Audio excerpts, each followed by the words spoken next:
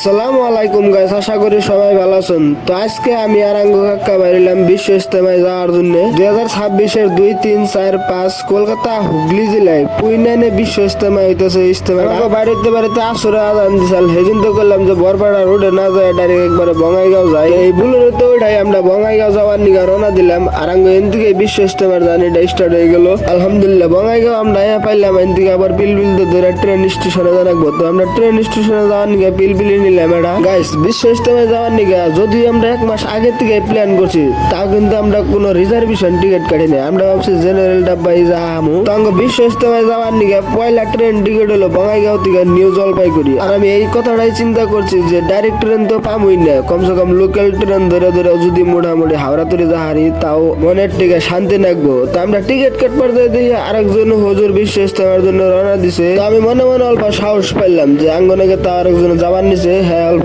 চিনি আর আমরা তো চিনি না। কিন্তু এই সাহসটা বেশি টাইম থাকলো না। আমি কইতাছি কি এর জন্য থাকলো না, আমরা প্ল্যাটফর্মে আয় দিয়ে বন্দে ভারত খাই রয়েছে। কইলাম যে বন্দে ভারত না যাওয়ালাম, কমসে কম একটা ফটো উঠে রে। তো গাইস বন্দে ভারত যাওয়ার পরে পরে আঙ্গ ট্রেনটা আই বললো। আর আমরা সিটের দিকে দৌড় পারতাছি, কারণ জেনারেল ডাব্বাই যে যায় আগে সিট ধরা হারে তারই সিট। তো আমরা হেনতে দৌড় পারতাছি যে আগে যে সিটটা ধরা হারি তা মোটামুটি বয়ে যা। আলহামদুলিল্লাহ আমরা বহার সিটটা পাইছি। বাইদে আজকের ভিডিওটা কিন্তু এ পর্যন্তই।